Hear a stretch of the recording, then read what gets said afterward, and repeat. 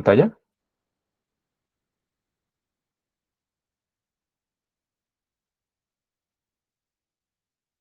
¿Están viendo la pantalla, chicos? ¿Me confirman? Sí, listo, gracias. ¿Alguno puede Sí, hablar para profe, sí saber si los... señor. Listo, perfecto. También los estoy escuchando a ustedes. Dale, ¿alguien levantó la mano, creo? Ah, era para decir que sí, tal vez. Ok, listo.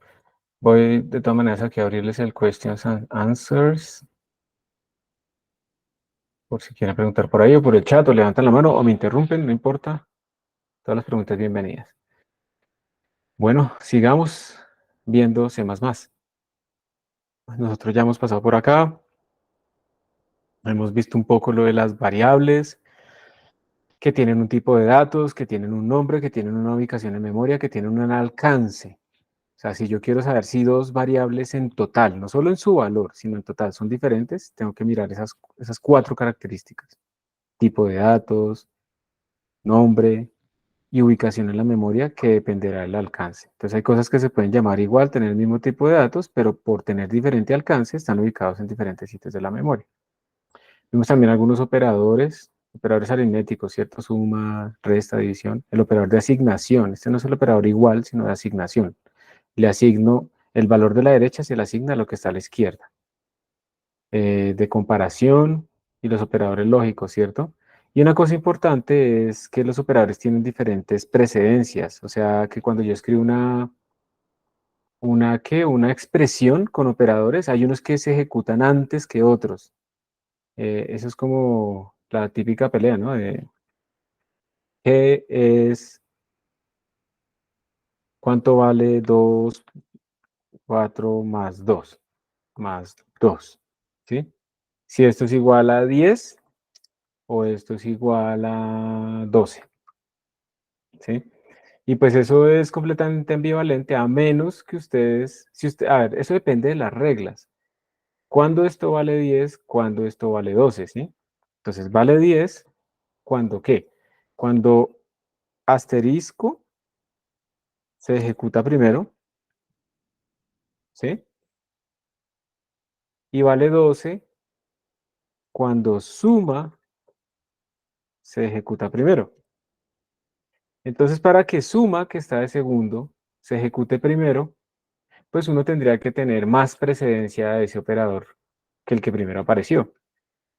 Y si los dos tienen la misma precedencia o asterisco tiene mayor precedencia, pues va a ocurrir el primer caso. Entonces, esto es importante tenerlo claro porque digamos que ustedes no pueden simplemente escribir cosas y esperar que eso se ejecute como ustedes lo están pensando. Hay que seguir las reglas del programa. Y entonces, como pueden ver acá, hay muchos operadores. Primero que todo, miren todo ese montón de operadores, ¿sí? Y la precedencia pues va de arriba hacia abajo. El primero que se ejecuta es este, el dos puntos, dos puntos. ¿Dónde lo han visto? ¿Lo recuerdan en algún enunciado que hayan escrito? STD, sí, out. STD out. Entonces, esto es lo que se ejecuta primero.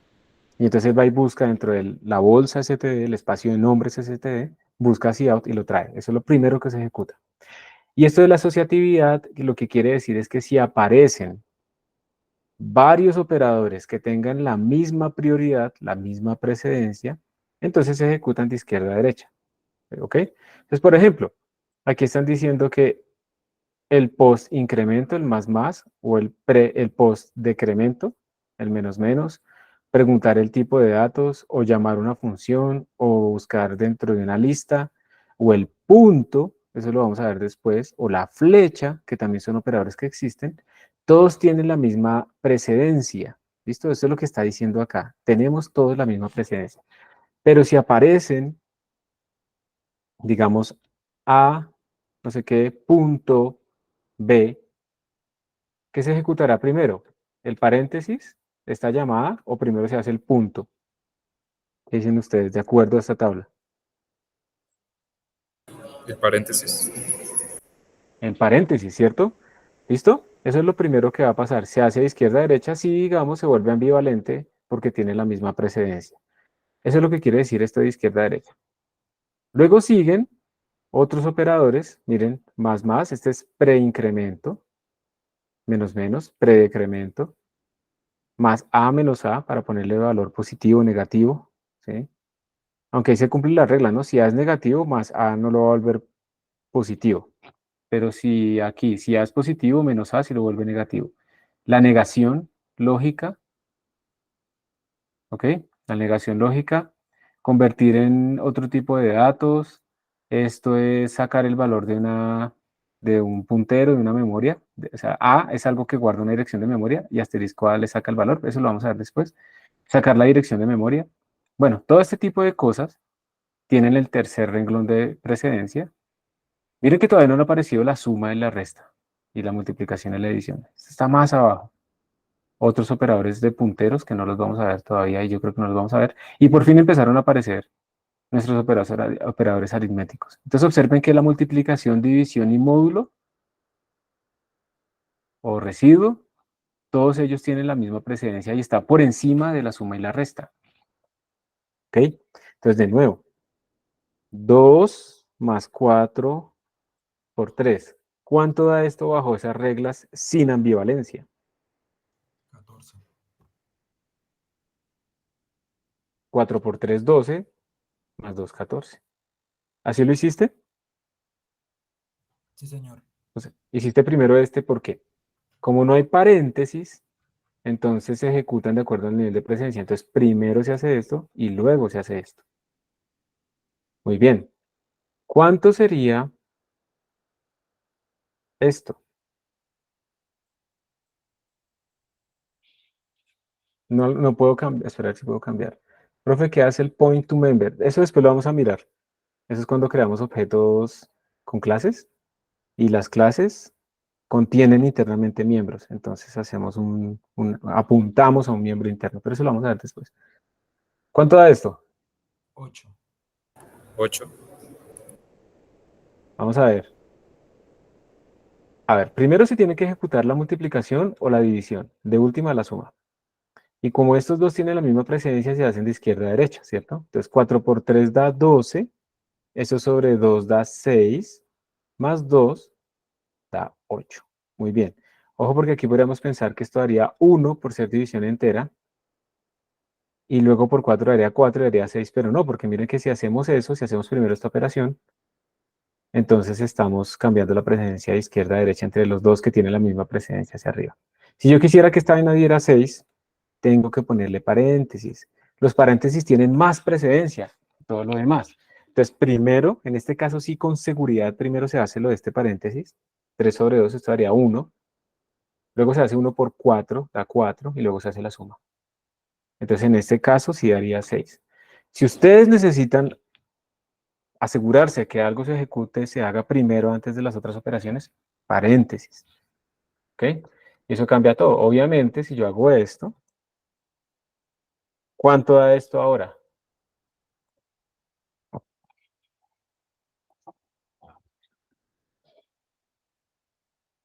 9. ¿Están de acuerdo?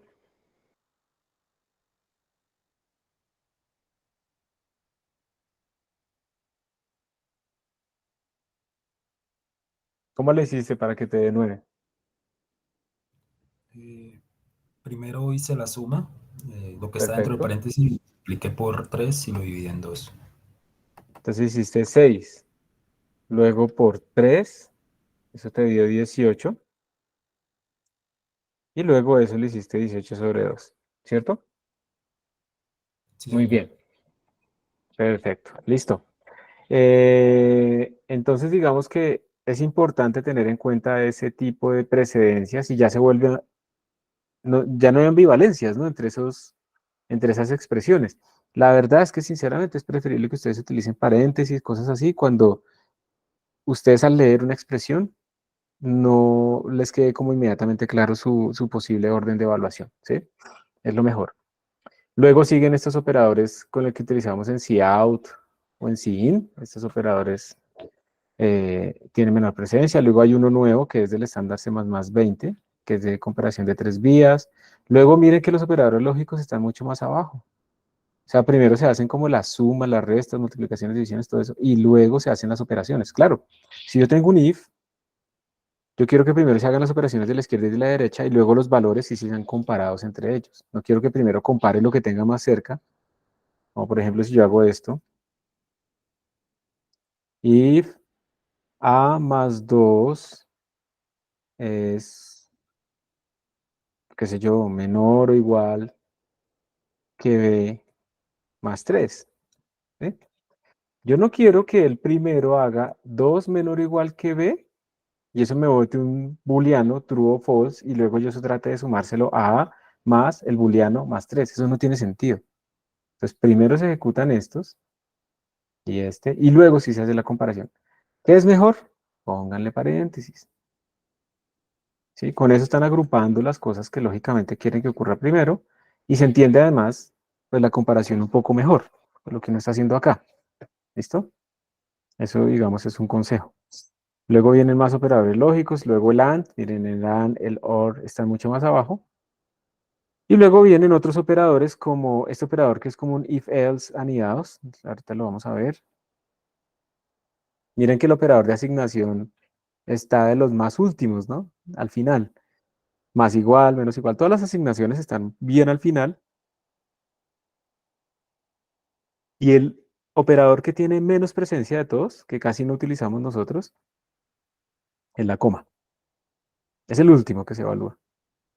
Profe, una pregunta. En caso de que ¿Vale? uno quiera definir un operador como el factorial, ¿tiene que escribirlo en su forma lógica? O sea, como una sucesión. Bueno, primero digamos que el factorial, si tú escribes, por ejemplo, acá algo así, A factorial, esa será la notación que uno pone matemática, ¿cierto? Sí, señor. Pero eso no existe acá. O sea, si tú pones esto, te va a salir un error de compilación porque él no entiende el significado de este admiración aquí. Si tú la pones antes, si tú pones la admiración antes, a verla por alguna razón. Si tú pones la admiración antes, él entiende que esto es una negación a nivel de bits. Me parece que es eso lo que está pasando. Entonces es una cosa completamente diferente. Es decir, en otras palabras, tú no tienes A factorial. Eso no existe en C++. Entonces tú tienes que crear una función. ¿Sí? Una función que te calcule el factorial de tu número. Venga esto porque no funciona. A ver, esperen que se me volvió como loco esta vaina.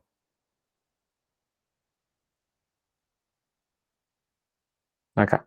Tú tienes que crear una función que calcule el factorial, ¿sí? Y utilizarla. Y no tienes de otra. Y entonces, pues ya dependerá de cómo llamas a tu función factorial, en qué contexto, digamos, si tú llegas y escribes int b igual a 5 más el factorial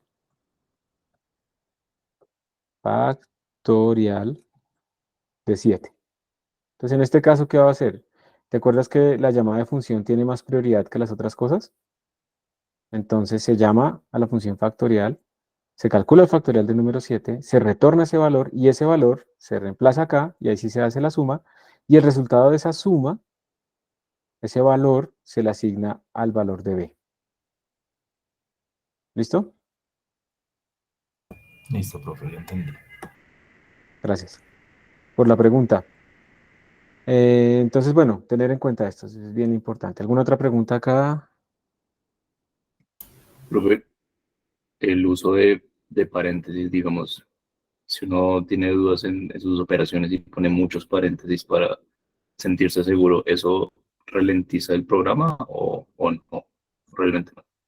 No, no, pues, o sea, las operaciones se van a hacer. Tú estás simplemente indicando el orden de las operaciones, entonces en principio, digamos, no debería tener problemas. Pues obviamente siempre hay detalles que podrían cambiar. Una cosa, por ejemplo, es hacer una multiplicación de matriz y otra cosa es hacer una suma, ¿cierto? La multiplicación de una matriz que implica más operaciones que la suma de dos matrices. La multiplicación de dos matrices te implica más operaciones que la suma de dos matrices. Pero en general, digamos que no. Lo que importa ahí es que tu lógica quede bien representada. Entonces no importa el número de paréntesis, lo que importa es que tu lógica esté bien. Así se demore más, es preferible que se mueva más, pero que esté correcto, ¿cierto? Entonces, no te preocupes por eso. Listo. Profe. 'Listo? ¿Más preguntas?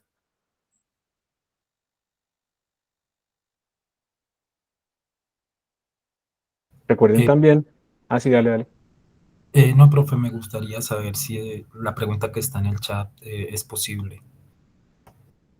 Eh, Pensé que ya la había hecho, pero no. Y si yo quisiera introducir una notación para el factor de C++, ¿qué así funciona? ¿Eso se podría hacer? Es una buena pregunta. O sea, C++ sí permite sobrecargar operadores. ¿Qué significa sobrecargar operadores? Bueno, les voy a contar una cosa que tiene que ver con el bajo nivel de C++. Cuando ustedes escriben A más B, pues para uno es como muy evidente que uno quiere sumar, pero es que el computador no entiende eso. O sea, tiene que haber algo que traduzca esto en instrucciones para la máquina. Entonces, en C++, esto lo que dice es que A es un objeto, digamos un número entero es un objeto, imagínense que es una cosa que tiene propiedades, características y también tiene algunas funcionalidades. Esas cosas, esas características, digamos yo soy un objeto de la vida real, eso creo, y yo tengo unas características, como por ejemplo tengo una masa, tengo un nombre, tengo una altura, ¿sí? Tengo unas características, esas serán mis propiedades, mis atributos, unas variables, un double, un float, lo que sea, y además yo tengo ciertas funcionalidades, idealmente, ¿cierto? Entonces yo puedo hablar, yo puedo ver, yo puedo escribir, entonces, esos son como funciones que yo tengo. Eso se llaman las funcionalidades, las funciones miembro de ese objeto. Los enteros, los floats, todos los objetos, todas las cosas que ustedes trabajan, todas las variables, son objetos también en C++. Y tienen propiedades, características como cuántos bits utilizo yo, cómo me represento yo ahí, y también unas funciones internas, unas funciones miembro, que se asocian a estos operadores. Entonces, realmente el más es una función que se llama operator más. Ustedes no pueden crear funciones así con símbolos especiales. Esto viene del sistema operativo. Entonces, cuando yo escribo A más B, realmente lo que yo estoy haciendo es llamar a la función interna del A, específicamente a la función operator más, y decirle que la aplique al B. Y eso hace lo que tiene que hacer internamente en código, ¿sí? Es una abstracción. Cuando ustedes escriben esto, realmente está pasando esto, pero pues esto es mucho más largo, más difícil, entonces se hace una abstracción para que para nosotros sea casi inmediato. Y esto pasa en todos los lenguajes, o sea, tiene que haber una manera de traducir esas expresiones que colocamos en algo que tiene que ver con la máquina. Entonces, cuando yo hago esto, llamo a esta función y efectivamente ustedes pueden sobrecargar al operator más. Ustedes pueden crear nuevos tipos de datos. Imagínense, por ejemplo, que crean un dato que simule un vector matemático. ¿Listo? O bueno, ustedes para que sean más tramadores, un spinor. ¿Listo? Un spinor que se va a utilizar, que para esa álgebra que siguen ellos, que no es conmutativa y no sé qué cosas. Y entonces, con eso lo hacemos utilizando class, spinor, eh, y dentro de estos corchetes colocamos, bueno, un spinor que tiene, un spinor tiene, lo podemos representar como 4 números, un arreglo de 4 números, ¿sí? Entonces podemos representar como X, Y, Z, W. Bueno, entonces lo va a cambiar. Vamos a ponerlo que esto es un cuaternión. ¿Alguien ha escuchado alguna vez la palabra cuaternión? Sí, profe. ¿En qué contexto la has escuchado o utilizado ahí? ¿Hablando con los amigos o qué? No, lo escuché en variable compleja. Variable compleja, ajá. Digamos que los cuaterniones son una generalización de los números complejos, que siguen siendo un campo, o sea, cumpliendo ciertas propiedades. ¿Y alguien sabe para qué se utilizan los cuaterniones en física, en matemáticas, e incluso en computación? Sería, Jason, yo creo que el espacio es diferente. El espacio creo que sería real y C3, un producto cartesiano entre real y C3, porque el cuaternión normalmente tenemos tres unidades, tres números asociados a tres unidades imaginarias, I, J, K, pero cumplen la misma propiedad del I imaginario y otro número que es, digamos, de la parte real. Entonces se utiliza para las rotaciones, exactamente. Cuando ustedes vean rotaciones y cosas así en sus cursos, van a ver que eso se utiliza ahí matrices. Para representar las rotaciones, la forma general es utilizar matrices. Y se utilizan para definir la orientación de un cuerpo, algo que se llama los ángulos ¿de quién? ¿Alguien sabe? Eu- Euler, exacto. Los ángulos de Euler. Obviamente esto no lo tienen que saber, yo lo estoy contando. Eso tiene una convención, ¿sí? ¿Listo? Esto es una convención. Y resulta que si uno representa las rotaciones en el computador, porque todo en el computador se tiene que representar de alguna manera. Si ustedes quieren saber más de eso, esos videos en Branch Education les muestra también cómo se hace un videojuego para rasterizar y todo eso, y también cómo se hacen las rotaciones. Entonces busquen ahí el videito y les explica. O en Three Blue, One Brown, que es el canal matemático súper chévere, también ahí explica mucho eso. Pero la idea es que si yo aplico una matriz a un vector y la matriz tiene ciertas propiedades, eso es lo que hace rotar el vector respecto a una convención y un sistema de coordenadas. Si utilizo los ángulos de Euler, pues todo bien, pero llega un problema en que los ángulos de Euler están dividiendo por unos cosenos y unos senos de los ángulos de rotación y eso puede diverger cuando esos cosenos y esos senos valen cero. Entonces hay una forma diferente de representar las rotaciones y esa forma diferente es con cuaterniones. Y esa forma diferente entonces es, básicamente se utilizan estas tres como un vector, porque es que la rotación yo la puedo representar también como un eje de rotación, ¿cierto? Y un ángulo de rotación alrededor de ese eje. Entonces miren que necesito tres componentes para el vector del eje de rotación y una componente para el ángulo, siguiendo la regla de la mano derecha. ¿Ok? Entonces por eso los cuaterniones, ay, lo borré, se utilizan, pero además los cuaterniones tienen una ventaja, es que no tienen esas divergencias. Entonces muchas de las rotaciones, como decían acá, se utilizan en Unity y en los motores y demás para hacer los cuaterniones se utilizan para hacer las rotaciones. Entonces yo puedo hacer una clase, otra vez, una clase quaternion, class en inglés quaternion,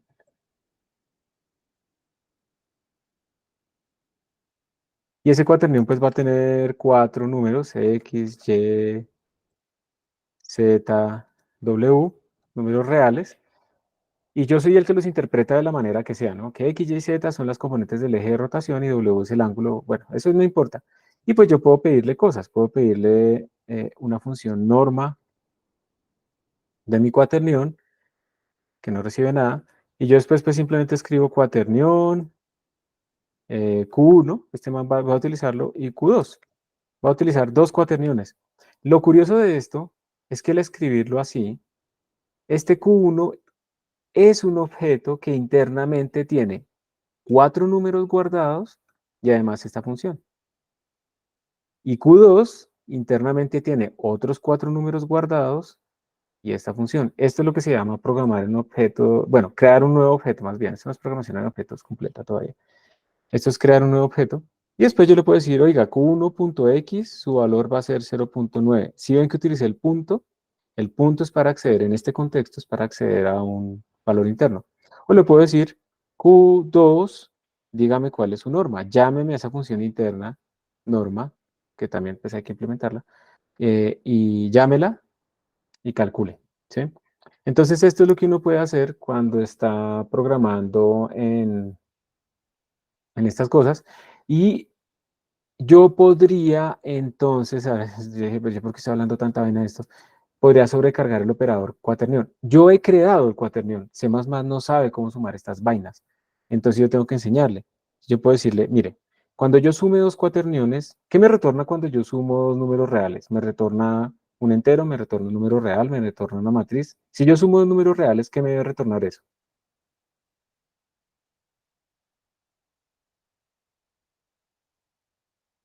Otro real, ¿cierto? Es cerrado a la suma. Si yo sumo dos números enteros, me retorna un entero. Si yo sumo dos cuaterniones, me tiene que retornar un cuaternión. Entonces yo podría ponerle acá cuaternion operator más, y este man que recibe, pues otro cuaternión. Y entonces yo lo defino, bueno, escribo qué significa sumar cuaterniones, le pongo que lo sume por componentes y no sé qué, y entonces ya me va a funcionar esto. Puedo poner cuaternion Q3 igual a Q1 más Q2. Le enseñé a C++ a sumar ese nuevo tipo de datos que yo me inventé, ¿sí? Eso es lo que yo acabo de hacer. Yo sí puedo sobrecargar operadores. Ahora, no todos los operadores se pueden sobrecargar. ¿Listo? No todos se pueden sobrecargar. Entonces, yo no sé si uno pudiera hacer como a esto, porque primero yo no puedo sobrecargar los operadores, los tipos de datos básicos, ¿listo? El entero, tendría que inventarme otro tipo de entero. Y tendría que ver si tiene sentido ponerle, por ejemplo, la admiración a la derecha. O sea, si esto en algún momento C++ sí lo entiende como A.operator, paréntesis, así. Y yo estoy casi seguro de que no, pero no puedo asegurarlo 100%, pero 99.99. Sí. Entonces, la respuesta final de la pregunta es no. Sí. No tenemos esta anotación. Tú podrías decir, ¿sí? Tú podrías crear otra, más bien otra función, eso es lo mejor, pero pues en principio hay cosas que no podemos traducir, porque claro, exacto, o sea, y no podemos decirle como que sobrecargue otras cosas que sí pueden utilizarse de sufijos, porque también hay que ser conscientes que si yo sobrecargo el operator más, pero lo que hago es que haga restas, pues el principio de mínima sorpresa se violó. El principio de mínima sorpresa es no hagamos más de la cuenta y menos cosas contraintuitivas en programación. Entonces, si yo estoy sobrecargando el operator más, pues yo espero que esa vaina asume. Si estoy sobrecargando el operator asterisco, pues idealmente esa vaina debería multiplicar, ¿cierto? Y así. O si yo sobrecargo, yo por ejemplo podría sobrecargar este operator hat, que cuando uno utiliza, por ejemplo, el hat en vectores, eso se llama producto exterior o producto tensorial. Entonces yo puedo hacer entre los vectores, no sé si todos han visto vectores, pero entre los vectores yo puedo hacer eh, producto punto. ¿Qué multiplicaciones se puede hacer con vectores? Producto punto y qué más.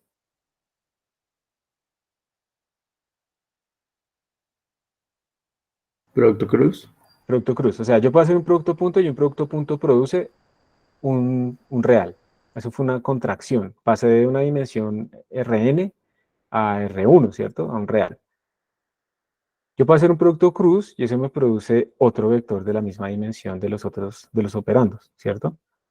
Y yo puedo hacer un producto tensorial entre dos vectores que me produce una matriz. Me salgo del espacio, aumenté la dimensión.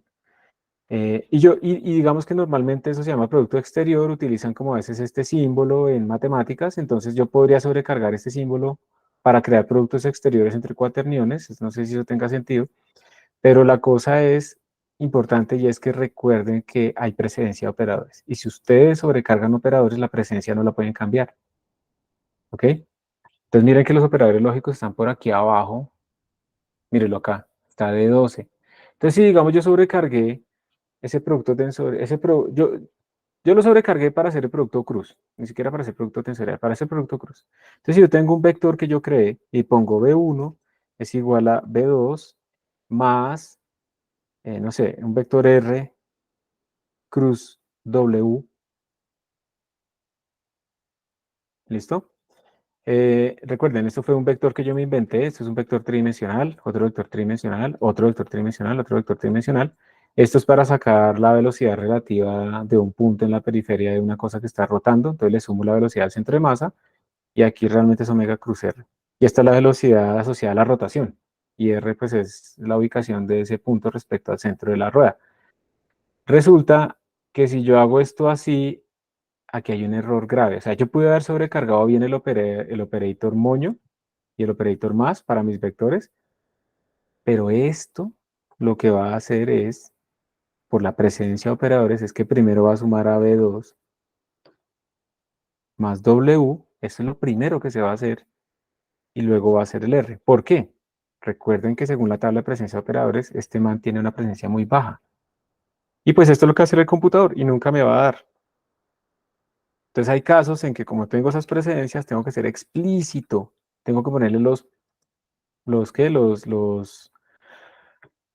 Los paréntesis, porque aunque yo sobrecargue operadores, yo no le puedo cambiar la precedencia a mis operadores. ¿Listo? Y no se pueden insertar nuevos operadores. Es una buena pregunta, Jason, pero no se pueden insertar nuevos operadores. Solo puedo sobrecargar algunos de los que me permiten sobrecargar. Entonces, en esos casos que tú necesites algo nuevo, pues más bien una función y ya. Más bien una función. Bueno, me salí un poco para explicar esto en detalle, pero es también para dejarles ahí la semilla de que es una clase que tiene elementos internos, funcionalidades y demás. Y ya.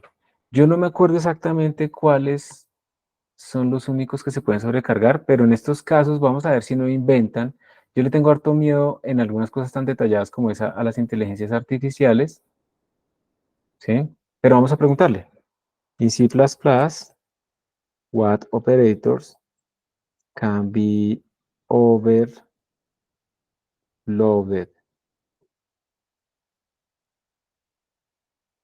Fin es otro que a mí me gusta mucho. Hace poco liberaron el de 70 billones de contexto. Esto es brutal en estas vainas. Vamos a ver. Bueno, preguntémosle al ChatGPT, que entonces le preguntamos a ver si todos dicen lo mismo. In C++, most operators can be overloaded to redefine the behavior of the user, define types such as classes and structures. However, there are some operators. Entonces, miren, aquí están los que no. Entonces, los que no se pueden.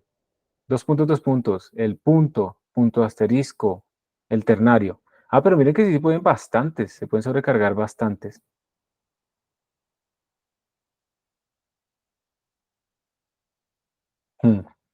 Miren que se pueden sobrecargar todos los aritméticos, todos los lógicos, el asterisco. ¿Qué entienden ustedes cuando ven esta vaina que dice unary prefix? ¿Qué entienden? ¿Cuántos operandos tendrá y en dónde aparece? ¿A la izquierda o a la derecha del operando? Uno y a la izquierda. Uno y a la izquierda. Es prefijo, o sea, aparece a la izquierda el operando y solamente opera sobre una cosa. O sea, eso es cuando se escribe simplemente asterisco B. Y ya, eso no es una multiplicación. Ahí está actuando de otra manera, ¿listo? Miren que como ustedes querían el A factorial así, miren que yo necesitaría que fuera unario postfix. Y observen que dentro de estos operadores, los únicos que son postfix son el menos menos o el más más, o el paréntesis o el corchete. De resto no hay más postfix. Este man es lógico y no se puede utilizar en otro contexto. Entonces definitivamente no se puede hacer eso que querían, pero pues ahí hemos visto. Vamos a ver si los otros que nos dijeron. Gemini dijo en C++, you can overload, bla, bla, bla. Entonces también la misma lista. Comparison, logical, bitwise, está un poquito más ordenado. Increment, no sé qué. Membership, subscription, tin, additional notes. Bueno, listo. Y ChatGPT, básicamente todos dijeron la misma vaina, ¿cierto? ¿Listo? Profe, disculpa, o sea, ¿Vale? sobrecargar significa darle otra funcionalidad al mismo operador. Sí, exacto, que tú puedas escribir, digamos que nuestro contexto, es que si tú te inventas un cuaternión, ¿sí? La clase cuaternión, pues C++ no lo sabe sumar, ¿listo? Y entonces, la idea es que tú le enseñas a sumarlo. Entonces tú ya puedes escribir cosas como Q1 más Q2. Internamente, ¿qué es sumar un cuaternión? Pues sumar las componentes, ¿sí? Pero tú le enseñaste. Entonces sobrecargaste el operador en el sentido en el que ahora puede operar sobre nuevos operandos, que antes no podía. Ah, ok, y eso lo haría dentro de una función, ¿sí? Sí, dentro de la función interna Listo. operator más. Pero eso lo vamos a ver después. Esto simplemente es como para que sepan que eso existe.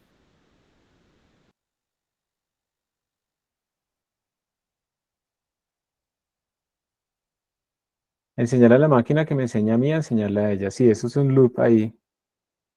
En algún momento probablemente salgamos de ese loop. ¿Ya vieron Sora?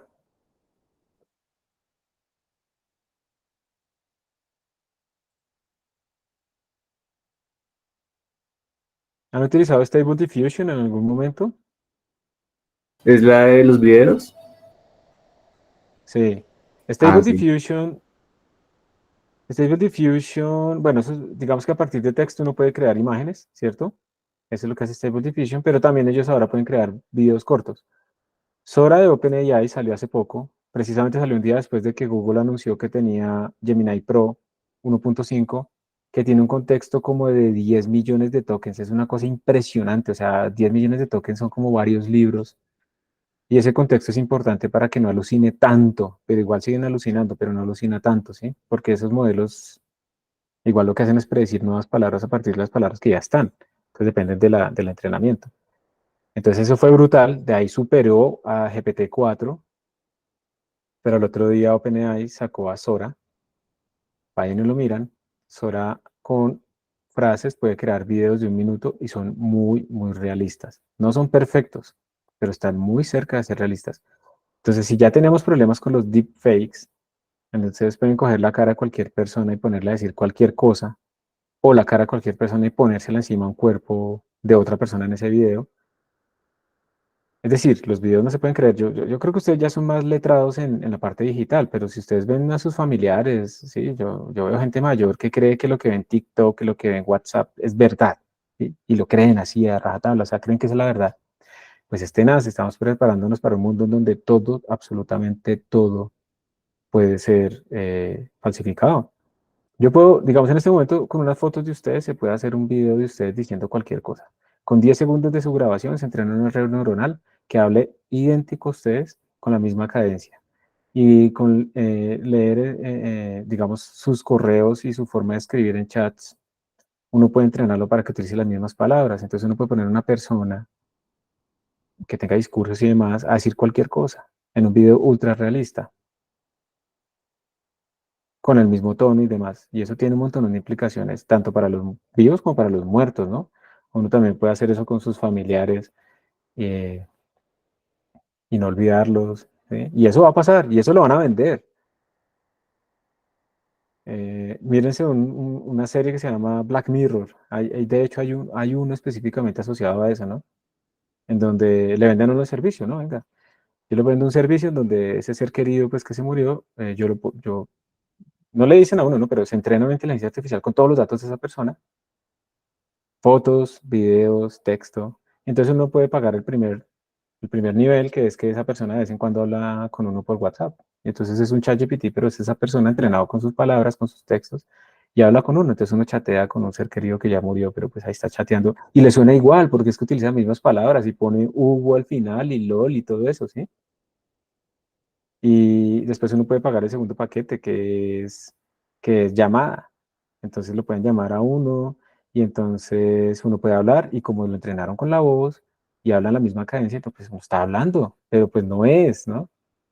Pero pues uno no pasa el dolor, pero también la cuestión es hasta qué punto la realidad es la realidad. Y después pues puede ser llamadas por video, ¿sí? Y ya, y uno chatea. Y ya con unas gafas de realidad virtual pues ya no puede estar en ese mundo y toda esa cosa. Entonces, allá ustedes, eso lo van a ver en pocos años. De hecho, ya se puede hacer. O sea, lo que pasa es que es difícil, moralmente es complicado como conseguir ese, porque estaría uno explotando. Eso se hace todo el tiempo. La gente todo el tiempo explota a las personas, los que venden remedios mágicos, la homeopatía, todo eso está explotando a las personas desesperadas, ¿sí? Y la gente lo acepta. Entonces, en algún momento se va a aceptar ese tipo de cosas también. Y es una cosa que es impresionante, pero también tiene implicaciones políticas, ¿no? De mostrar cosas que no son, propagar rápidamente información falsa, pero con videos. Y la gente cree que lo de video es verdad y no. Y también depende mucho, otra cosa que les digo mucho con estos LLMs, estos ya ChatGPT, lo que sea, cuando empiezan a pedirle ensayos, cuando empiezan a preguntarles cosas, es pilas porque ustedes no saben cómo lo entrenaron. Entonces, ya ustedes no tienen la ventana a la información. Incluso los navegadores, a menos que sea un navegador realmente que no tiene bias, que no tiene sesgo, ustedes básicamente cuando le preguntan a estas máquinas, a estos programas, a estos software, cuando les preguntan cosas, ustedes reciben respuestas de acuerdo a lo que él fue entrenado. Y yo puedo entrenarlo ignorando 90% de la historia de la humanidad y que solo se quede con un 10% que es compatible con lo que esa empresa está tratando de ofrecernos. Y entonces la gente se queda solo con esa ventana. Y esa es la realidad. ¿Y cómo los culpa uno? Porque es que pues, al final uno dice, no, es que la gente se la pasa viendo Caracol, RCN. Pero si solo ven eso, pues ellos creen que eso es verdad. Todo, ¿sí? Todo, todo. Y eso es una parte nomás, mostrada de cierta manera. Y eso viene para todo tipo de control, tanto hacia la izquierda como hacia la derecha, como para todo lado. Entonces, pilas con eso.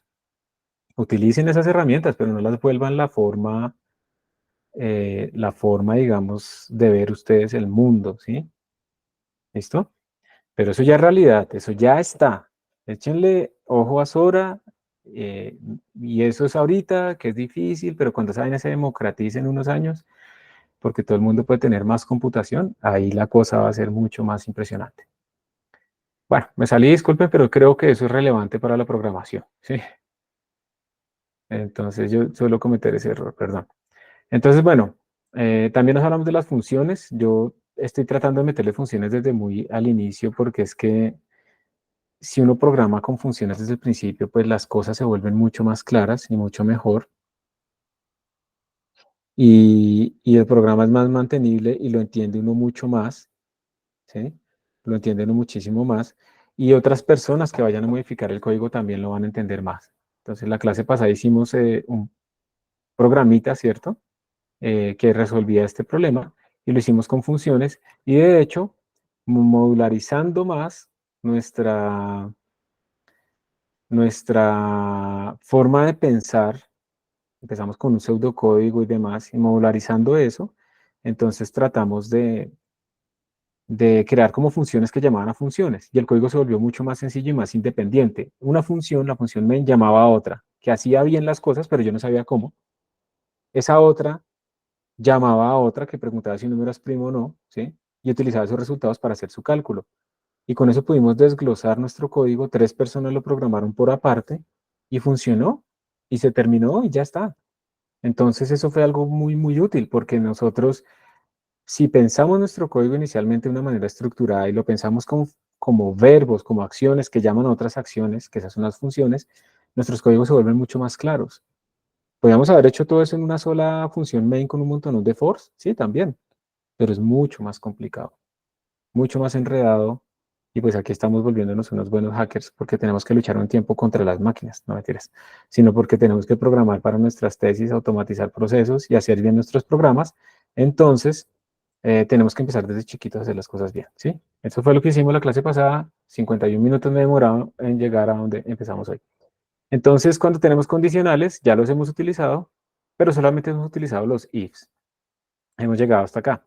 Si se cumple esta condición lógica, si esta vaina retorna verdadero o falso, o retorna un número entero diferente de 0, esos dos casos son verdaderos, se hace lo que está acá.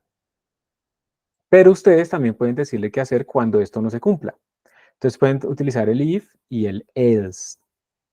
Entonces, si se cumple esta condición, se hace lo que está aquí. Si no se cumple esa condición, se hace lo que está acá.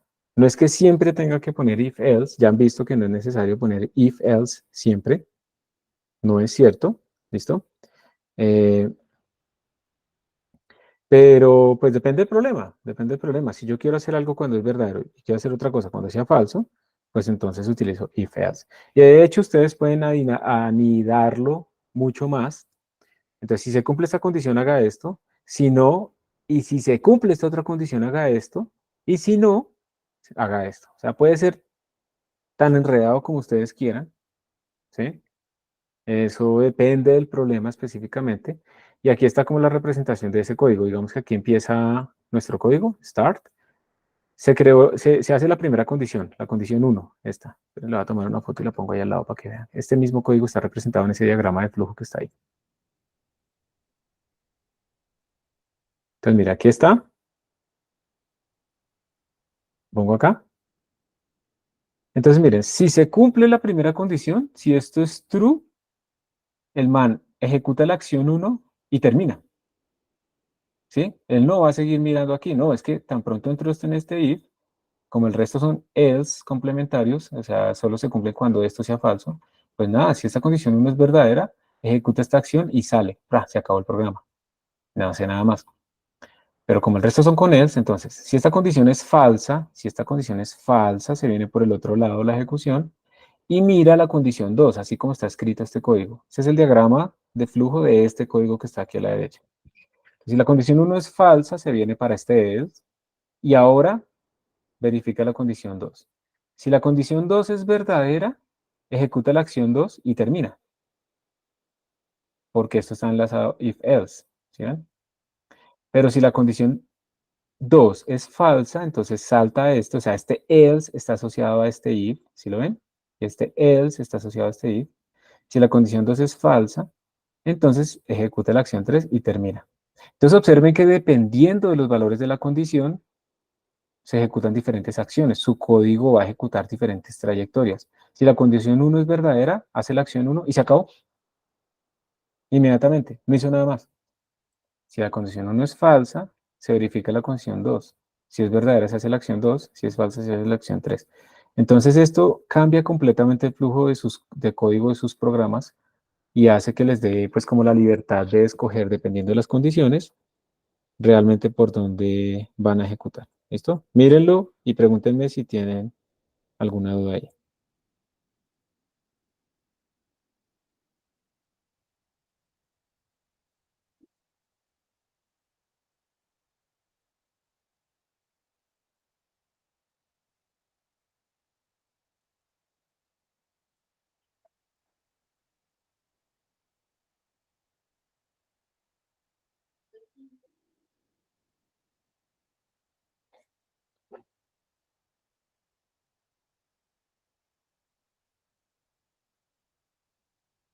¿Hay alguna duda?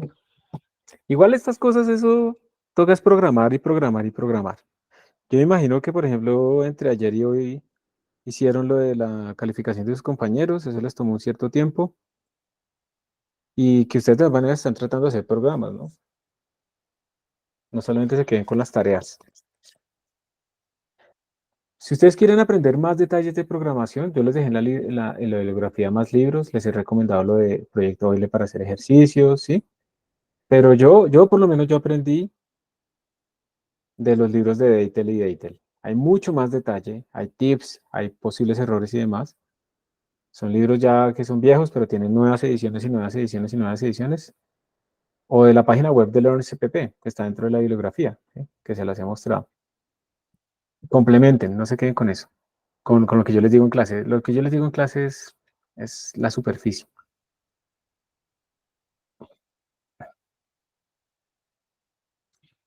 Bueno, entonces, yo sí quisiera imprimir una lista de cuáles son los números, decir número, no más bien, perdón, preguntar si un número es par o impar, pues simplemente leo el número, ¿cierto?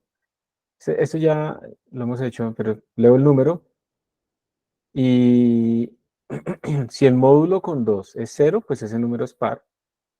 Si el módulo con 2 no es cero, pues ese número es impar. Esto lo puedo hacer con dos ifs o lo puedo hacer con if else también. Cualquiera de las dos es completamente equivalente. ¿Sí? Entonces miremos unos ejercicios aquí más fáciles. Aquí dice, usted tiene que escribir un programa que lee un número y si el número es más pequeño o igual que 10, verifique si el número es primo.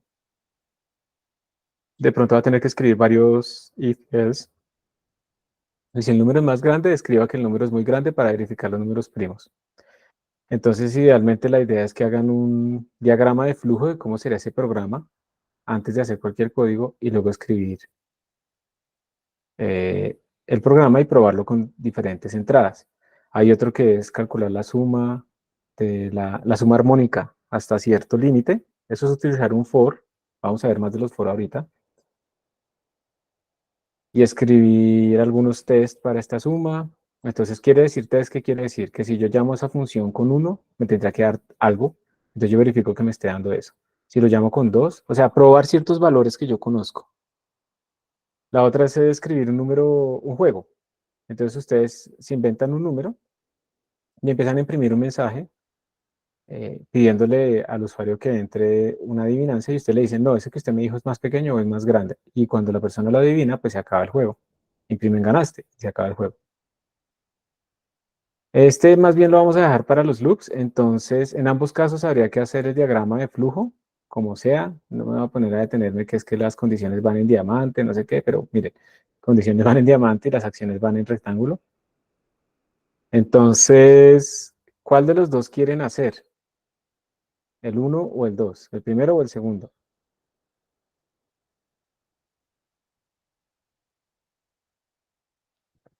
Vamos a hacer una votación para ver cuál de los dos hace, en grupos.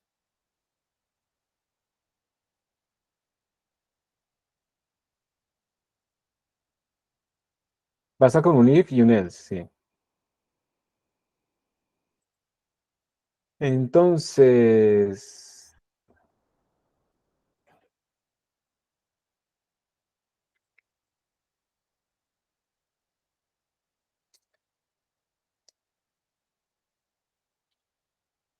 opción 1 es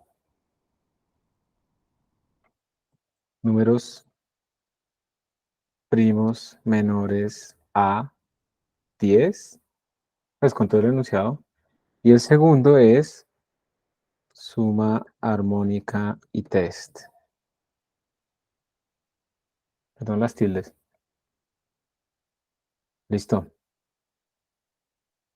Voten.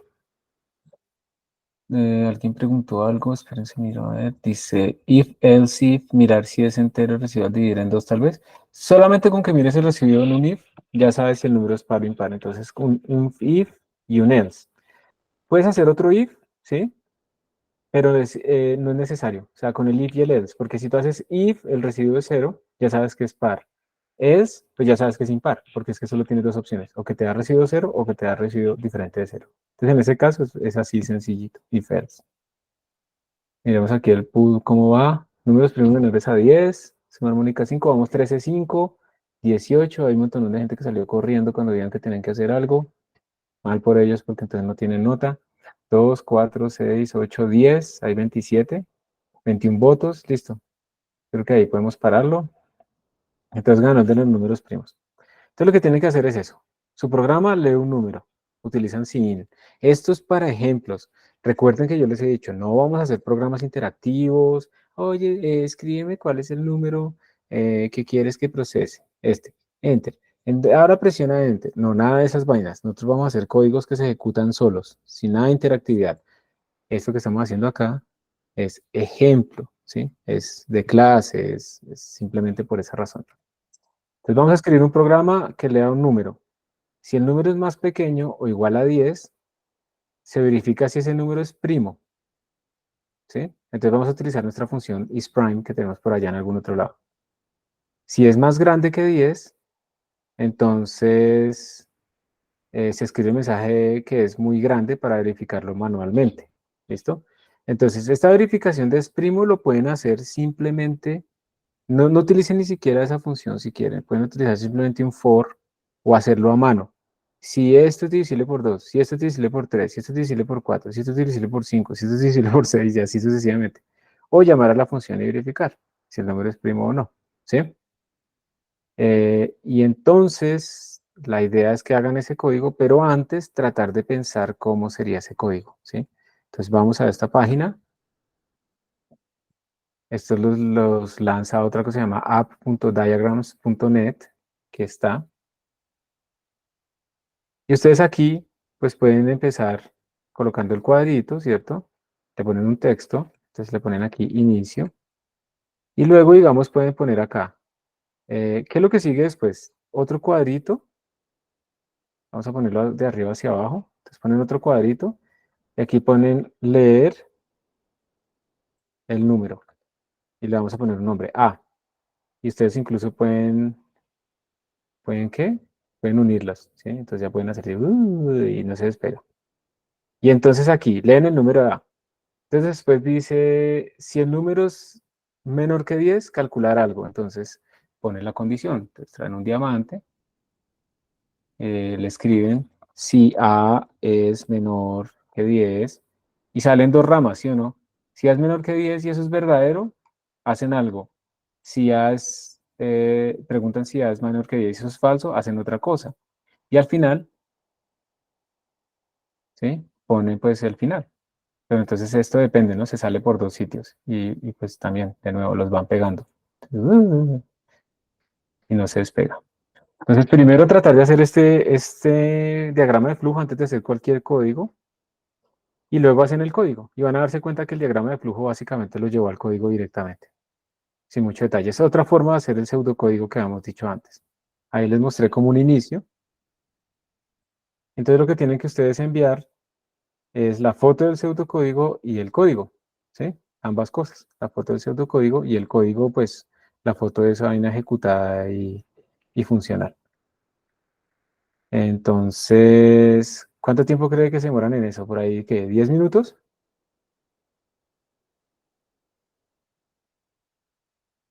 ¿30 minutos? ¿20 minutos? 20.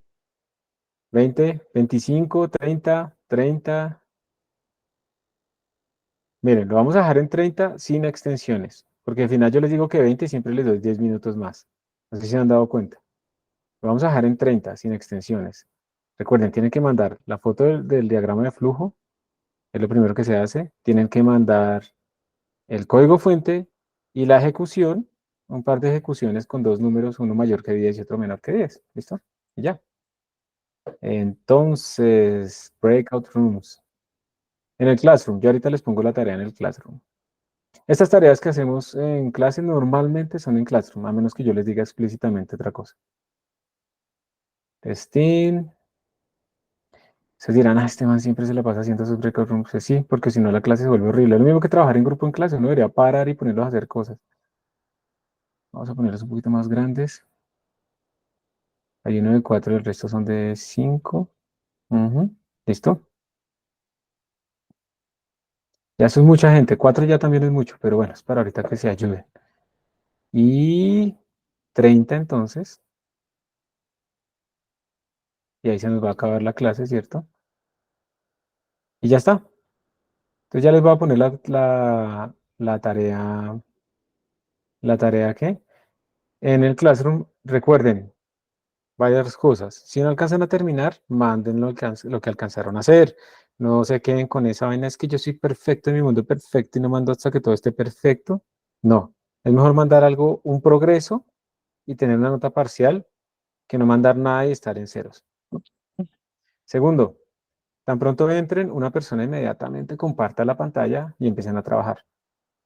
Tercero, los demás copien sus apellidos y nombres en el chat inmediatamente para que esta persona que va a enviar no esté sufriendo ahí. Ay, es que cómo es que se llamaban, es que no sé qué, que si abre. No, no voy a abrir más la entrega. Y cuarto, si hay alguien que no puede programar y no sé qué y está en el celular, pues contribuya hablando, escribiendo en el chat, ¿sí? Dando ideas. Y así se gana el derecho a ser inscrito como persona que participó. ¿Listo? Sí, ya les voy a copiar el link de diagrams. Draw.io. Ahí está. ¿Qué más les puedo copiar aquí? Este enunciado. ¿Listo? Y ya está. Entonces yo veré. Se van en 5, 4, 3, 2, 1. Acepten por favor la invitación que les está saliendo en la pantalla. Y si necesitan ayuda, pues pidan ayuda. Levanten la mano y piden ayuda. ¿Me la puedes volver a enviar? Es que estaba copiando el comentario del mensaje antes de salirme de la sala. Liana, ¿tú dónde estás acá?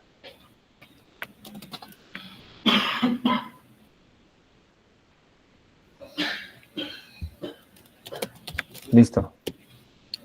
Profe, a mí no me salió Listo, gracias. no me salió ningún como para aceptar. Tú eres Cristina Isabel. Espérate a ver dónde estás.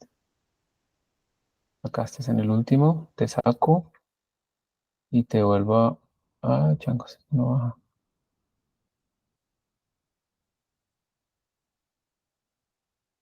Espérate, lo guardo. Y ahora te voy a asignar. Espérate a ver si puedo bajar esto un poquito de fuente porque no me deja llegar al último. Ya. Listo. Ya te debió haber salido la invitación, ¿sí? Eso. Pero ahí tienes que aceptar la invitación que tienes ahí al frente para ir al breakout room. ¿Estás ahí?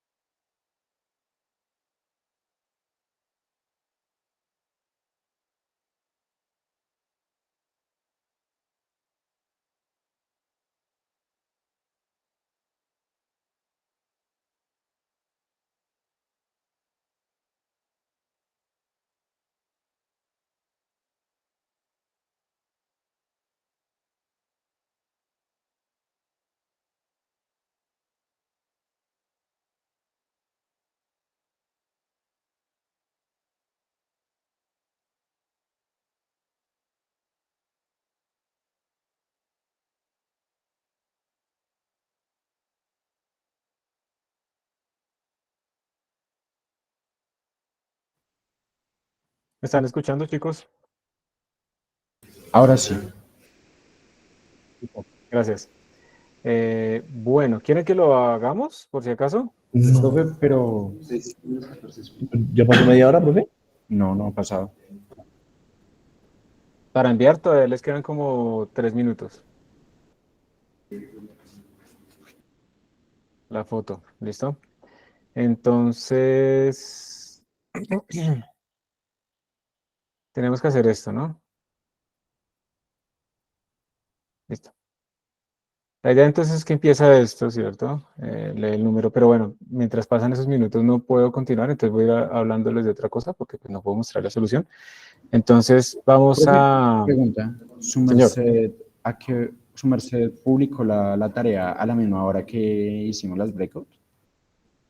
sí, Pero la publicó a las 10:14. pero la edité, Ah, ok.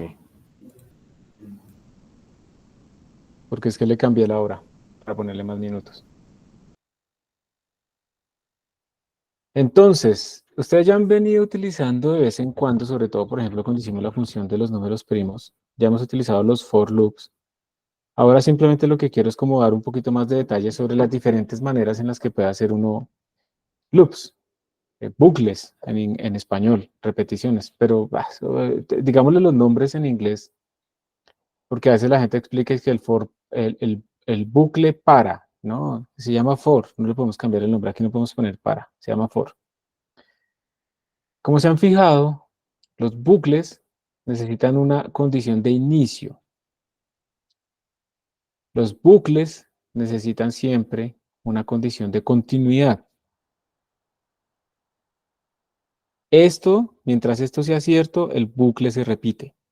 Las instrucciones dentro del bucle, dentro del bloque del bucle se repiten. Y a esto se le llama step, pero realmente ahora prefiero llamarlo el cambio.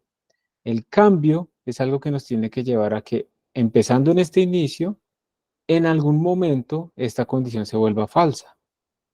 Porque de otra manera, pues no vamos a tener eh, una finalización del bucle, y será un bucle infinito y nuestro programa nunca va a terminar. Todos los bucles, independiente de lo que se utilice, sea un for, sea un while, hay otras formas de hacer los bucles, todos requieren de forma implícita, bueno, de forma explícita esto. ¿Dónde lo pone uno? Depende, pero todos requieren esto. Siempre. Entonces, por ejemplo, este for que está haciendo, está iniciando una variable en 0, se va a repetir, ojo, esta condición es la repetición, mientras esto sea verdadero, se repite el bucle, se ejecutan estas instrucciones. Este bucle se va a repetir mientras este i sea menor que 5. Y aquí está la condición de cambio. ¿Recuerdan qué significa más i? ¿Qué es lo que hace eso? Sumarle uno, ¿no? Sumarle 1, incrementarlo en 1.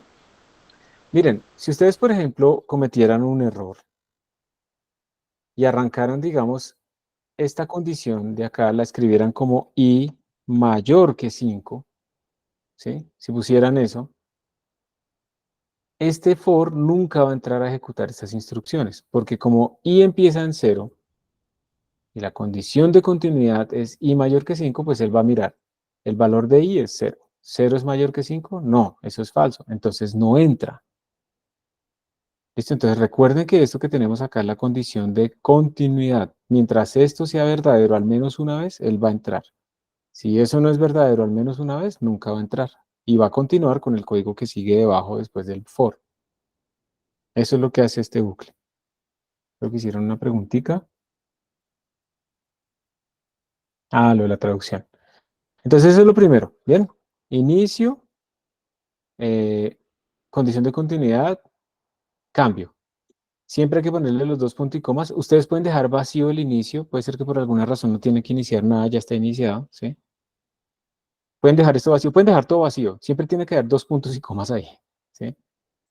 Y en la condición de inicio también pueden ponerle más código. Pueden ponerle coma, otra cosa, o sea, la coma, no el punto y coma, sino coma, otra cosa. Pueden poner cosas complejas, pero realmente mejor, si tienen cosas así complejas, pónganlas por fuera del bucle antes y ya, y dejen vacío aquí la parte inicial.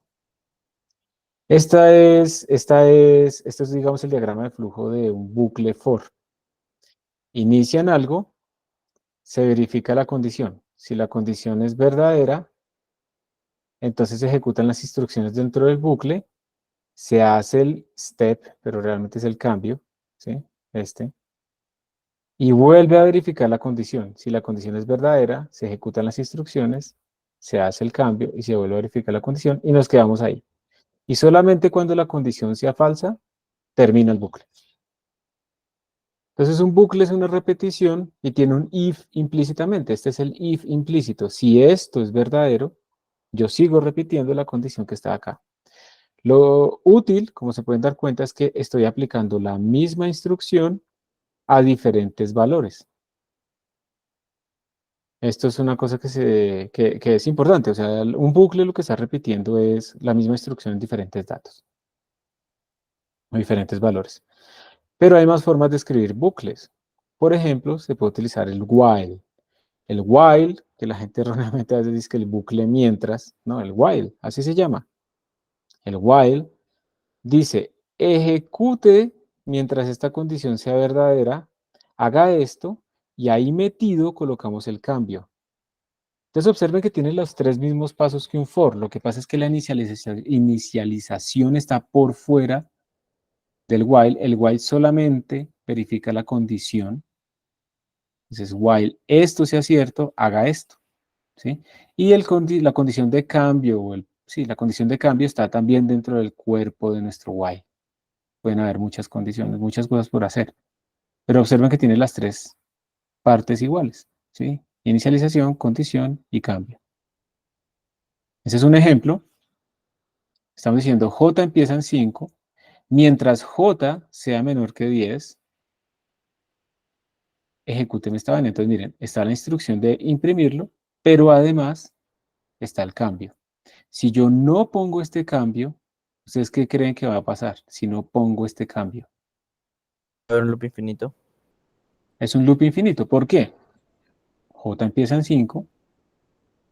Él verifica para entrar al bucle si J es menor que 10. Entonces, el valor de J es 5 en este momento. Sí. ¿5 es menor que 10? Sí. Entonces entro, lo imprimo, imprimí un 5. Imagínense que esto no existe, lo borré, lo quité. Entonces, no le hace nada a J, J sigue valiendo 5, vuelve a mirar acá. ¿J sigue siendo menor que 10? Sí, porque vale 5. Vuelve a imprimir. ¿J menor que 10? Sí. J menor, y se queda ahí imprimiendo para siempre. Toca matar ese proceso. Entonces, es muy importante no olvidar que tenemos que tener un cambio que nos lleve a que alguna vez esta condición se vuelva falsa, ¿sí? Otro error, por ejemplo, que puede ocurrir ahí es que ustedes escriban menos J. ¿Qué va a pasar? Que va disminuyendo. Entonces J empieza en 5, 5 es menor que 10, sí, lo imprime, lo disminuye, entonces ahora vale 4, 4 es menor que 10, sí, lo imprime, imprime el 4, lo disminuye, ahora vale 3, 3 es menor que 10, sí, lo imprime, lo disminuye a 2, y se queda ahí hasta que llega al menos infinito, bueno, no al menos infinito, sino al número negativo más pequeño que puede representar. En el entero hace un overflow y se va al número positivo más grande y ahí termina. Es un programa que está mal.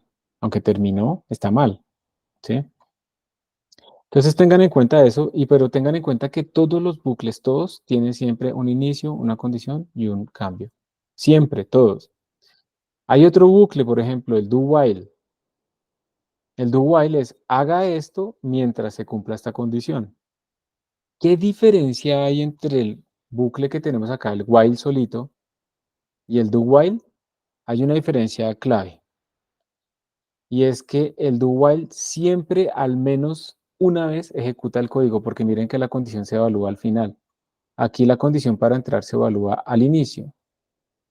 En el do while se evalúa al final. Eso a veces puede ser útil. A veces uno quiere que siempre se ejecute una primera cosa por alguna razón.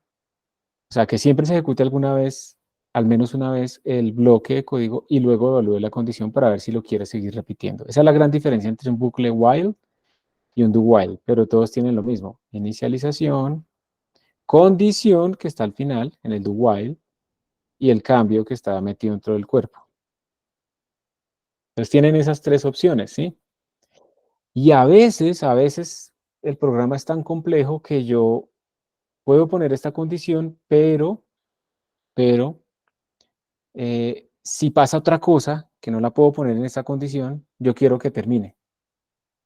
¿Se acuerdan cuando hicimos la función de los números flotantes, de los números primos, que le decíamos, si usted encuentra un divisor, pues ya, no siga buscando más? ¿Cómo era que hacíamos ahí? ¿Qué escribíamos para que se acabara el bucle? Break. Break. Le escribíamos break. Eso algunas veces le permite a ustedes romper el bucle, hayase cumplido o no la condición de finalización, porque algo pasó, ¿sí? Por ejemplo, en ese caso no es que ocurrió un error, es que ya encontramos un divisor, ¿para qué sigo buscando más? ¿Listo?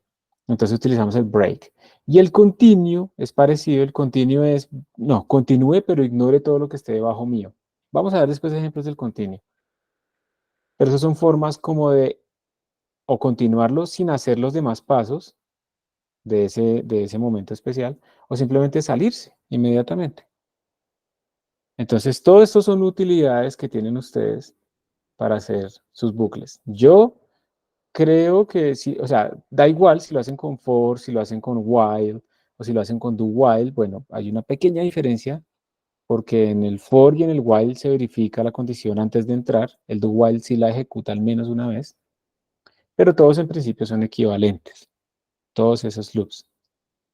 Y hay uno último que es nuevo, que es, pues nuevo entre comillas de C++11, pero casi nadie lo usa, que es el for variable en rango, que es un for al que uno no le dice nada y el man detecta automáticamente los límites. En este caso uno lo que crea son estructuras, como esto no lo hemos visto en detalle, pues solamente lo menciono para empezar a crear la semillita para después repetirlo. Repetición espaciada es una de las claves del aprendizaje. Entonces yo puedo crear una estructura vector que hace esto. Y miren este for tan raro. Si ustedes van y buscan que cómo imprimir, por ejemplo, preguntémosle a ChatGPT. Le voy a preguntar, a ver con qué me sale. I have this C++ vector. How to print its contents? Voy a preguntarle en español. A mí me va mejor muchas veces haciendo esto. Entonces miren que... Uy,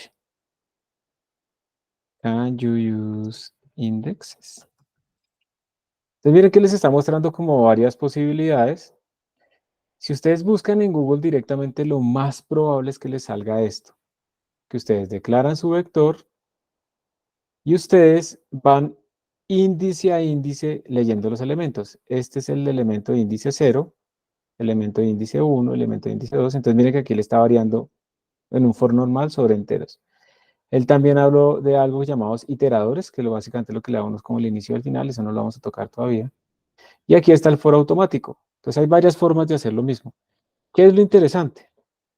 En el for automático, ustedes simplemente le dicen, mire, voy a declarar una variable temporal aquí que la voy a llamar número, y ese número va a ir tomando todos los valores que estén en este vector.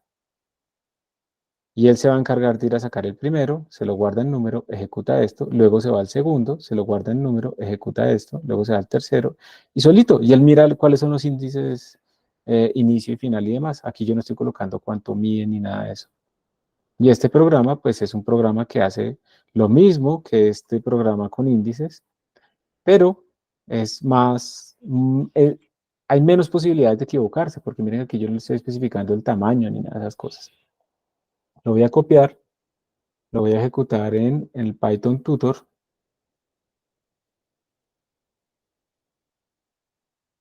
Vamos a ver si lo aguanta. Sí, esto es código viejo. Tan. Entonces C++11. Listo. Entonces miren que ya estoy aquí en el Python Tutor. Él me está diciendo que yo dentro de la función main he declarado un vector de datos, en este caso datos enteros. Voy a darle next. Vamos a ejecutar esta línea en este momento. Pin, la ejecuté, entonces se llenó de números. Ahí no aparece, pero ahí está lleno de números. Y ahora este for lo único que va a hacer es irlo recorriendo. Cada valor, de nuevo, miren, este for la magia que está haciendo es que cada valor que está acá, dentro de nuestro vector, se le va a ir asignando al número y va a ejecutar esta operación. Entonces le doy next. Entonces miren que ahí está nuestro vector, 1, 2, 3, 4, 5. Y miren que el número, observen los valores del número, ahora vale 1. y lo imprime. Y miren lo que va a pasar en el siguiente paso. Número ahora va a valer 2, ¿sí ven? Y lo imprime. Siguiente paso, número vale 3 y lo imprime. Cuarto paso, ¿tan? Quinto paso, y terminó. Entonces este for es un for, yo lo llamo for automático, porque él automáticamente está detectando los límites de esas estructuras que yo le estoy pasando, ¿sí? Entonces cuando tengamos así arreglos de datos, que lo vamos a ver más adelante, pero de vez en cuando lo vamos a utilizar, podemos utilizar un for automático para imprimir. Entonces tenemos muchos Quedan 10 for. minutos, bro. Ya quédate 10 minutos. Ah, listo, gracias. Quédate 10 Para minutos mirar acá la mirando con solución. nosotros, bro. No toques los cojones. Listo. Tienes... Se le quedó prendido. Creo que me está diciendo a mí. ¿Y qué?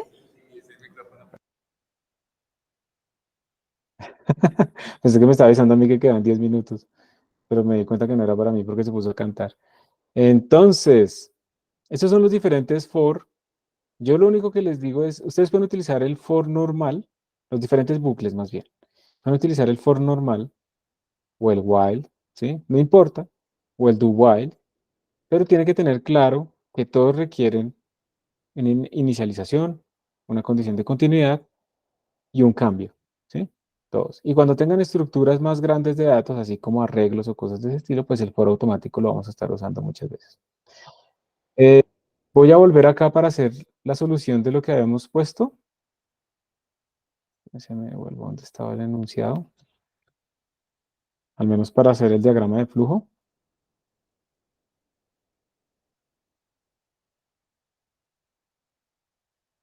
Entonces ayúdenme ustedes a terminar este diagrama de flujo, ¿cómo sería? ¿Sí? A ver, digamos, voy a quitar este cuadrado. Ay, hombre, voy a quitar este cuadrado, voy a agrandar un poquito esto. No, se agrandó mucho. Vamos a mover esto para arriba. Vamos a mover esto para acá. Y esto para acá. Entonces, nosotros lo que estábamos diciendo era, yo creo que lo pueden ver mejor. Empieza mi programa, yo leo un número que lo llame A y pregunto si A es menor que 10 o A es mayor que 10, ¿cierto? Entonces, vamos a decir que por este lado se va cuando A es... No, vamos a ponerlo al revés. Acá. Vamos a ponerle que acá... Qué pena, va a ser otra cosa.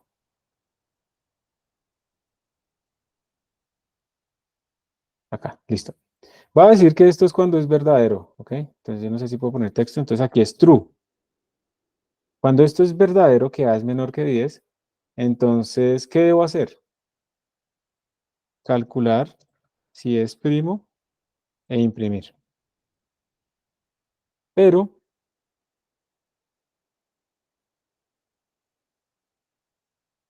si esto es falso, entonces voy a pegarle otra vez. Ah, no. Si esta vaina es falsa, si A no es menor que 10, entonces, ¿qué debo hacer si A no es menor que 10?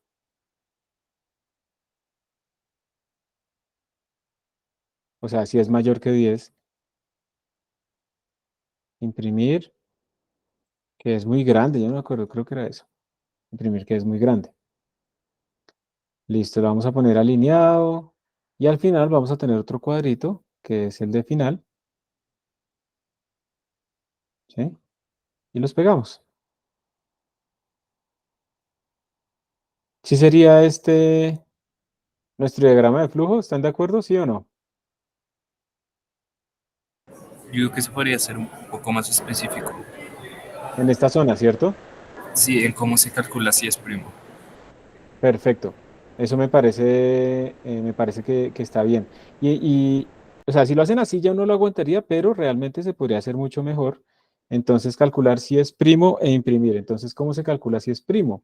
Entonces, depende. Pueden colocar, llamar a la función es primo, o pueden hacer un for para buscarle divisores y todo ese tipo de cosas, ¿sí? Y quedaría mucho más completo. Entonces, la función requeriría una repetición, empezar if, no sé, A módulo 2 es igual a 0, pues no es primo, ¿cierto? Entonces imprimir no es primo. Luego pueden hacer otra instrucción similar, si lo quieren hacer a mano, si les gusta escribir harto. Si A módulo 3 es igual a 0, entonces también imprimir que no es primo. Y así sucesivamente, hasta que terminan. Bueno, todo eso lo pueden hacer y ahí terminan ustedes ese código, ¿listo? En todo caso, pues así sería, digamos, la forma sencilla de hacer el diagrama de flujo, no requerían nada más. ¿Ok? Esa era la solución del diagrama de flujo. Si se cumple esto, hace una cosa, si no se cumple eso, hace otra cosa. Y terminamos. Esto era muy sencillo. ¿Habían usado antes, alguien había usado antes esta herramienta?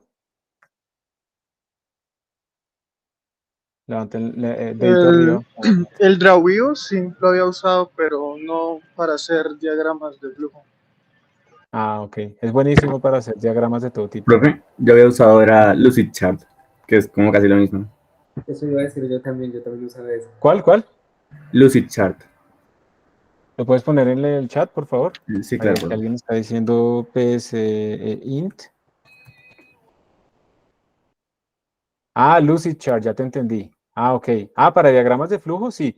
Yo incluso estoy mirando para este curso utilizar este programa y que me generara de ahí los códigos y demás, pero por alguna razón no me funcionó, entonces voy a volverlo a revisar bien. Sí, este es un buen dato. Ah, y Lucidchart, sí, también. Entonces, ya ahora sí lo reconozco. Cualquier herramienta está bien, ¿sí? Aquí hay que loguearse para trabajar, pero me imagino que es gratis en la gran mayoría. Todos son útiles. Yo utilizaba mucho esto también para hacer circuitos cuando dictaba electricidad y magnetismo, cuando me ha tocado dictarla. Pero una cosa buena que me gusta también es que acepta LaTeX, código LaTeX, entonces uno puede después meterlo, exportarlo a EPS y meterlo en su código y le funciona directamente su código LaTeX y demás. Todas son útiles, no importa cuál, lo importante, yo lo único que les diría es, siempre utilicen herramientas que les permita exportar a archivos vectoriales verdaderos. ¿Cuáles son pixelados? PNG, JPG, WebP. Estos, yo no sé el WebP, pero por lo menos estos dos no es buena idea porque son pixelados. Pero algunas plataformas solo aceptan ese formato, entonces toca, ¿sí? Pero estos son por píxeles.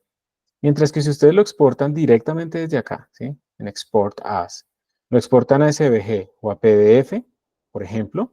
Si ustedes lo exportan así, estos son archivos que se llaman vectorizados. Es decir, las curvas y los datos no son píxeles rellenados, sino que son curvas matemáticas. Por lo tanto, uno puede aumentarlos y aumentarlos y aumentarlos tanto como quiera y no va a perder resolución. Entonces, para archivos, digamos, figuras de alta calidad, pósters, cosas así, uno debe utilizar esto. Entonces, digamos que yo lo puedo exportar acá. Lo voy a descargar.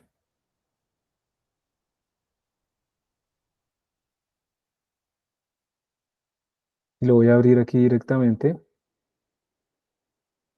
Me abrió en la otra página.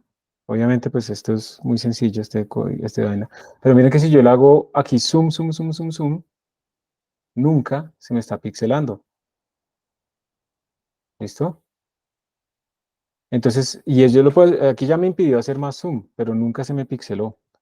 Entonces es un verdadero archivo PDF, no es como cuando ustedes cogen, hijo de pucha, ¿no? Que cogen una imagen, la pegan en Word y desde Word la imprimen a PDF, o sea, pasan un montón de filtros y pierden una cantidad de información y les queda esa vaina horrible, toda pixelada y toda fea.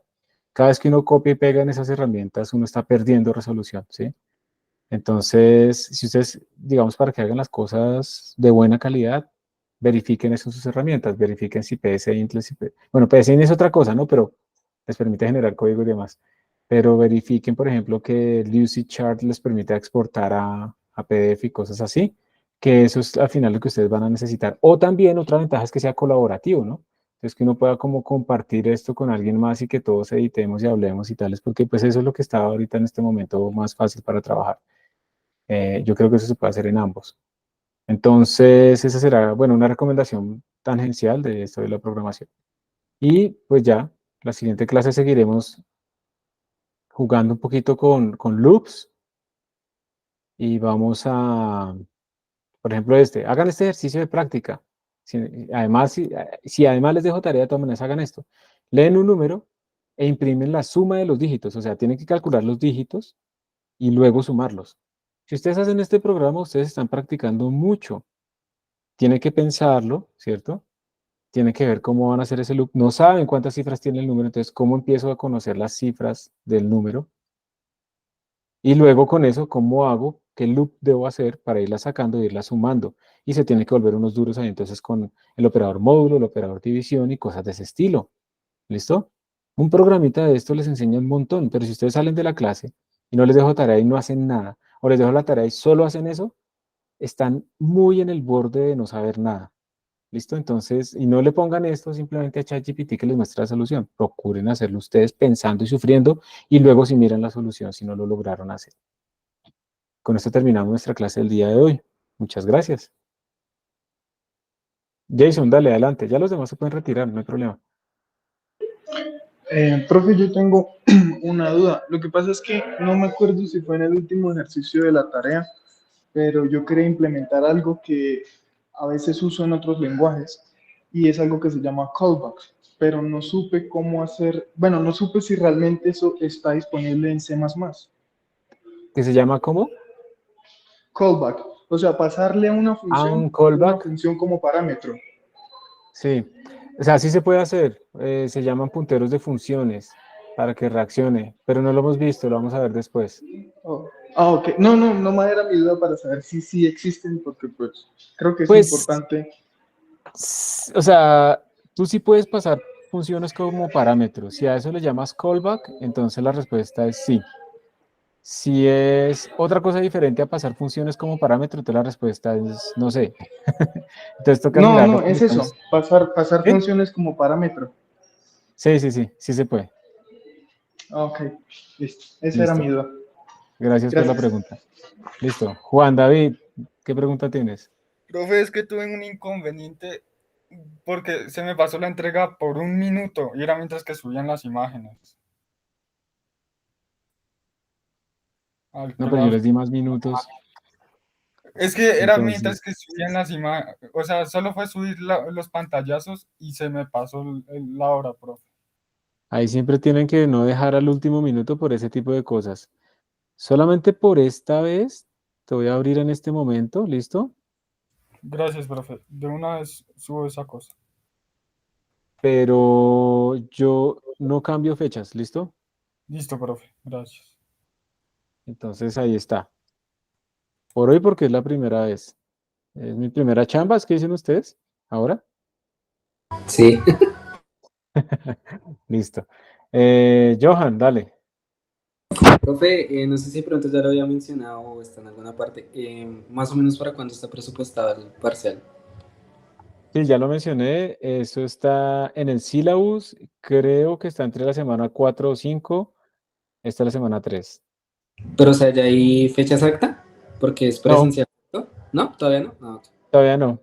Todavía no. Estoy esperando a que se estabilice el número de integrantes del grupo, por lo que extendieron aún más toda esta vaina de... ¿De qué? De adiciones y cancelaciones y todo ese rollo y las tareas y que la gente va a calificar hoy hartas cosas, entonces la gente se dé cuenta si tiene puros ceros y lo que sea. Y también depende de nuestro avance. Digamos que en este momento ya les puedo hacer el parcial, pero preferiría que termináramos con esta parte de fundamentación básica que lo hacemos la otra semana. Entonces, es entre la semana 4 o 5, cualquiera de esos días. Esta es la semana 3, la próxima es la 4, podría ser el miércoles, pero no creo. Pero yo les aviso al menos con 2 días de anticipación, ¿sí? Al menos. Ah, listo, profe, muchas gracias, muy amable. Listo. Igual yo lo pongo en el calendario también. Entonces, como yo sé que ustedes son súper organizados y revisan su calendario para programar sus semanas y sus días y todo, entonces ahí aparecerá, ¿cierto? Muchas gracias, profe, que tenga buen día. Listo. Gracias. Igualmente, hasta luego. Profe, y sobre lo del proyecto final, es que yo vi algo que decía proyecto final ahí en el curso. ¿Eso lo va a comentar después? Sí. Como lo dije en la primera clase de proyecto final, o yo no sé si lo dije o no lo dije, el proyecto final Eso lo hablamos como faltando un mes para que se acabe el semestre, la semana 12, más o menos. Yo les paso las propuestas, ustedes escogen cuál quieren hacer o me pasan sus propuestas, definimos, se definen los grupos, empiezan a trabajar durante ese mes fuera de la clase, mostrando ciertos avances y se sustenta en la última clase. Ok, listo. Gracias. Listo, con gusto. Que estés muy bien. Gracias, igualmente. Chao. Hasta luego, chao.